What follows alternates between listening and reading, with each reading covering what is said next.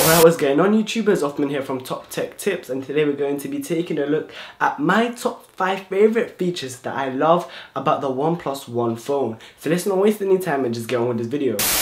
Okay, so first of all, battery life. This has an insane battery capacity of 3100 milliamps. This lasted me for over 24 hours.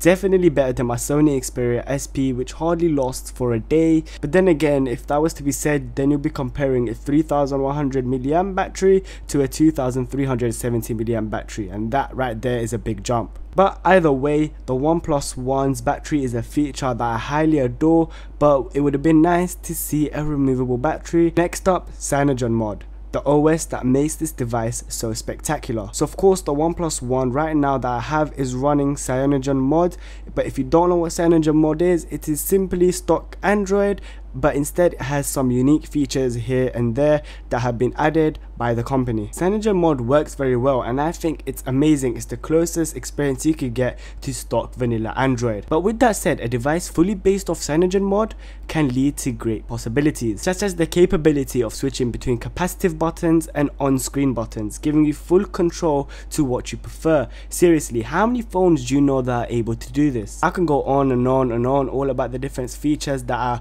Cyanogen mod phone could be capable of, but I'm going to let you guys research that. So, the speakers, they're at the bottom of the device, similar to the design of the Nexus 5 or the iPhone 5s due to the placement, but how good are they? Well, of course, they are no match to the speakers on the M8, but it does in fact pack a punch in my eyes. One thing you want to be fully aware of though is the peaking audio, and of course this device pushes it to its limit, so you would want to sort out your EQ according to your liking. But without a doubt, these speakers are loud straight out of the box, and they will try and deliver high quality audio to you. If you don't believe me, listen to this sound test.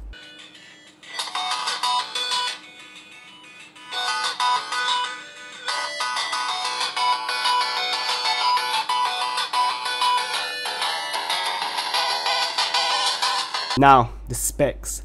Oh, the specs of this phone are just epic, packing a quad-core 2.5 GHz Snapdragon 801 processor, 3 gigs of RAM, the Adreno 330 GPU, a 13 megapixel rear-facing camera, and a 5.1 megapixel front-facing camera for those high-quality selfies. So these are in fact specs that you can get in a high-end phone, and you can't really go wrong. So the last thing I want to talk about is not so much a feature of this device, but it is the price. Now the pricing of this phone is something that you got to love regardless, because I picked this phone up for $399, which is roughly about £260. This is the 16 gig model, and still considering the fact that this is not out to the general public, $399 is still cheap, but that's not the final pricing. So I managed to pick this device up for $399 for the 16 gig model, which is roughly about £260. Now what if I told you $399 for a phone with such amazing specifications is in fact overpriced?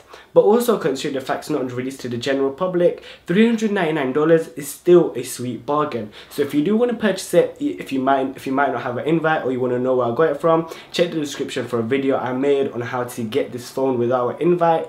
As well as that, you can also check the description for the link where to buy this phone from. But either way, like I said before, this phone is overpriced for $399 for the 16 gig model, because once this phone is officially launched to the public, you'll be able to get the 16 gig model for $299, which is roughly about £229, as well as the 64 gig model, which will run for $349, which is roughly about £269. So that's still under the $399 that I paid for the 16 gig model. But still, regardless of that fact, I wanted this phone and I got it for $399 for the 16 gig model, even though it's not out to the general public. But a phone with such amazing specs, you wouldn't be able to get like something that hits as the HTC One M8 or the Samsung Galaxy S5, because that will cost you roughly about $600 to $700, which is almost double the price for this phone. So either way, $399 for a 16 gig model phone with such epic specs, you can't go wrong in any sort of way. So thank you guys for watching this video. Please rate, comment, subscribe,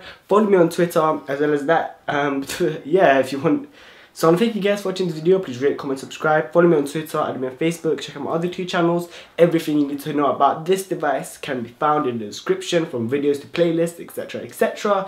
But I want to thank you guys for watching this video, and I will catch you guys in my next one.